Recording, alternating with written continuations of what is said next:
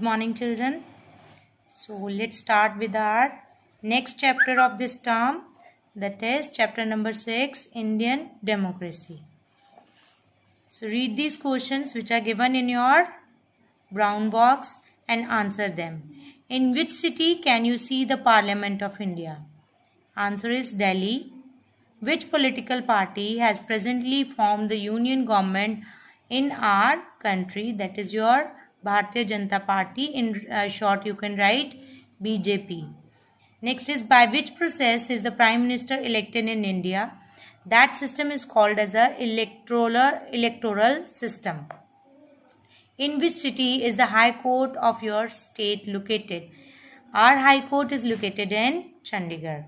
So let's start with the chapter. First heading is our government. Democracy can be defined as a government of the people, by the people, for the people. The term democracy originated from the Greek term demokratia, which means rule of the people. So again, democracy, what is the meaning of the democracy? Democracy means the government is again made by the people and again is made of the people and again it is made for the welfare of the people. So again, this word democracy is originated from the word demokratia, which means, what is the meaning of the demokratia? Demokratia means rule of the people. So democracy means where we are having a rule of the people. Next comes, India is the largest democracy in the world. It was declared secular and democratic when its constitution came into force on 26 January 1950. It is a vast country with 28 states and 9 union territories. Again, this India is the largest democracy in the world, beta. And again, it is declared as a secular and democratic country again on 26 January 1950. Again, we are having a vast country, as we have already read that it has how many states? 28 states and 9 union territories. In India, there is a federal form of government, which means there is a government at the center and at the state. The powers are distributed at both the levels. The government at the center and at the state are democratically elected and follow the pattern of two houses of the parliament, Lok Sabha and Rajya Sabha. Now, what is the meaning of federal? Federal means where the powers are divided into two. Okay, like at the center, again there is a government at the center and government at the state level. So we have in a federal form of government, we have a government at the state level as well as at the center level. So powers are divided on powers are distributed at both the levels. Again, these two governments means the governments at the center level and at the state level. These are democratically elected. And we follow which pattern? We follow the pattern of two houses of the parliament, that is your Lok Sabha and Rajya Sabha. Now the central government, let's read about it. In India, the government of the country is officially known as the union government. It is also known as a central government. It is governing authority of 28 states and 9 union territories, which is collectively called the Republic of India. The central government is located in New Delhi, the capital of India. Again, the official name of India is union government. And again, we have it is also known as a central government also, because again, who is governing the full nation? Central government. So this is the reason we call it as a central government also. And again, how many states we have? We have 28 states and 9 union territories. These 28 states and 9 union territories, again we call them collectively Republic of India. So this is also another name of India. Okay, the central government, where it is located? It is located in New Delhi, the capital of India. Now we are going to study about the basic structure of central government. The central government of India is divided into 3 main branches. First is your legislative, executive and the judiciary.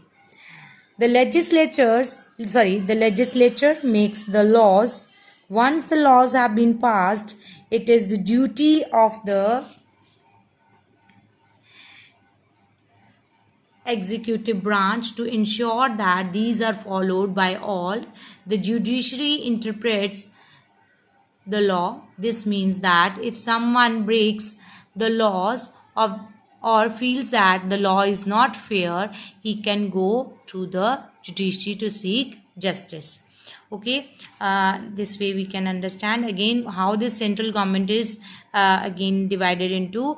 It is divided into legislature, executive and judiciary. So we have made these three departments. Okay, so what is the function of this legislature? What it does, it makes the law. New laws are made in a legislature.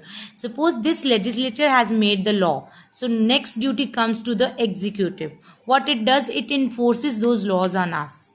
Okay, once it is in these are enforced, again judiciary is the one who interprets means explain the meaning of the laws. Again, suppose if I is again done wrong with me, so I can go through the judiciary to take the justice. Okay, when you feel so. Okay, next comes our beta the legislature. It is also called the parliament or Sansad. Sorry, what we have another name for this legislature, that is your parliament or Sansad. So you can see the picture of your parliament. This kind of building is there of a parliament. Okay, it is the main law-making body of the central government. It consists of two houses, the Lok Sabha and Rajya Sabha. Now you come to know what is a parliament. It is a legislature only where laws are made. Okay, so this legislature is divided into Lok Sabha and Rajya Sabha. Again, what is Lok Sabha? Lok Sabha is called the lower house of the parliament. It can have a maximum of 552 members. It presently consists of 545 members, of which 543 members are elected directly by citizens of India. 2 members of the Anglo-Indian community are nominated by the President of India. Any citizen above the age of 25 years can stand for the elections of the Lok Sabha. The members of Lok Sabha elect the Speaker, who guides the proceedings of the House. Next comes the Rajya Sabha, is also called the upper house of the parliament. It can have a maximum of 250 members. Out of these, 238 are the representative members of the state and 12 members are nominated by the president. The members are elected by the members of legislature assemblies. The vice president is a chairperson of the Rajya Sabha. With the Lok Sabha, again another name for Lok Sabha is the lower house of the parliament. In lower house, we can have a maximum members of 552. But presently, we are having a 545 members. Again, these members are, again how they are elected, just see. 543 members are elected by us, means elected by the citizen of India. We people elect these 543 members. And 2 members are again from which community? Anglo-Indian community. And these members are nominated by the president. And again remember one thing, members elect the speaker. Again these 545 members, they elect the speaker of the house, who again guides the proceeding of the house. Next comes beta our Rajya Sabha. Raj, from Raj only you understand Raja, you understand now. From there it is upper house. Rajya Sabha is your upper house of the parliament. And how much members we can have maximum in it? 250 members. Okay, 230 are representative members of the state. Okay, and 12 members are nominated by the president. These members are elected by the legislature assembly. Okay, these members are elected by the legislature of assembly. And who is the chairperson of the Rajya Sabha? vice president. Okay, so vice president is the chairperson of the Rajya Sabha. Now come to the book, beta. This section is a central government. This section of the central government comprises of the president, vice president, the prime minister, and the councils of minister. The council is a group of ministers who assist the prime minister. They take care of the different departments of the government. The responsibility of the executive branch is to enforce the laws made by the legislature. It is also responsible for the daily functioning and administration of the government. Next comes the judiciary. The judiciary consists of the justice-making body. The Supreme Court is a final judicial authority in India. The High Court is the highest court in a state. Remember, at district level there are district courts and other session courts. See the executive. Again, executive. In executive we are having a president, the vice president, the prime minister, and the council of minister. This council of minister is a group of minister. Again, these group of ministers are having a different departments with them. Okay, and these are again these ministers are helping the prime minister. Again, you can see this here. The council is a group of ministers, and these group of ministers are helping the prime minister. And different departments are given to these ministers so that daily functioning can be done again checked properly. Again they take care the different departments of the government. And what is the actual duty responsibility of the executive? Main responsibility of the executive branch is to enforce the laws made by the legislature, and it is also responsibility of the executive for the daily functioning and administration of the government. Again, when we are talking about the judiciary, beta, it is it consists of the justice making bodies. Okay, first is our Supreme Court, second is our High Court, and then we are having lower level we are having a district or other session courts. Okay, suppose if I go through the session court or a district court but I did not get any justice, then I can move to the High Court of the state. So which is the highest court in a state, that is your High Court. If suppose I do not get any justice from here also, then I can appeal to the Supreme Court.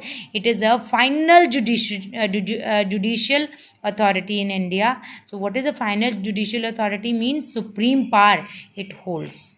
Okay, so whatever the decision will be made by the Supreme Court, that will be the final decision. Come to the next page, beta. The decision of the Supreme Court is final. It is headed by the Chief Justice of India, who is appointed by the President of India. Again, decision, as I told you, whatever the decision is passed by the Supreme Court, that will be the final decision. Again, and who is the head of this Supreme Court? Chief Justice. And who elects this Chief Justice? President of India. Next comes our state governments. India is a vast country, and how many states we have? We have 28 states. It is not possible for the central government to look into the day-to-day functioning of each state. Therefore, the state governments are formed to govern the states in an effective manner. The state government generally functions from the state capital of the respective state. The state government makes the laws on matters related to the state. The law-making body of the state government in India is called the Legislative Assembly or Vidhan Sabha. The members of this house are called members of Legislative Assembly, that is MLAs, and are elected by the people of that state. The governor is the head of the state. He is appointed by the President of India. The governor, along with the chief minister and the council of ministers, ensures that proper governance is carried out in the state. The highest court of justice in the state is High Court. This already we have read. So let's step up. We have to read this, but beta sometimes question are framed from here also. So only few states of India have the upper house of the state legislature. It is called the Legislative Council or Vidhan Parishad. Members of this house are also known as members of the legislative councils, MLCs. The Vidhan Parishad is present in only 7 states of India: Andhra Pradesh, Telangana, Bihar, Jammu and Kashmir, Karnataka, Maharashtra, and Uttar Pradesh. We are having 28 states, so it is not possible for the central government to look after the daily needs of each state. So what we have done, our government has decided to make the different states. So we have made 28 states, and 28 states are having a different government. Why we made these government? These governments are formed to govern the states in an effective manner. Okay, so same way we are having a here in a state government is having again a legislative assembly which makes the law again related to the state. What is another name for the legislative assembly? That is Vidhan Sabha. The members of this house are called the members of legislative assemblies. So we are having MLAs. No, na, you all know, na? No. So what these MLAs are again coming under a Vidhan Sabha. So these members are elected by the people of the state. Only few states are having, again here we have read that very few states are there in India that are having a upper house of the state legislature. And which are those? These are Vidhan Parishad is present only in 7 states of India: Andhra Pradesh, Telangana, Bihar, Jammu and Kashmir, Karnataka, and Maharashtra and Uttar Pradesh. Okay, so let's see from here. Again, this state government is having 28 states, and who is the head of this state? Who is the head of the state? Governor is the head of the state. Okay, and this governor is appointed by the president, and who again who ensures that there is a proper governance in the state? This governor, along with the chief minister and council of minister, they are taking care of the state. In the state, which is the highest court? High Court is the highest court in the state. But till this we have done in this video. In next video we will study about the elections in India and role of citizens in India and exercises which are given in the back. So have a good day, beta. Be serious in your studies.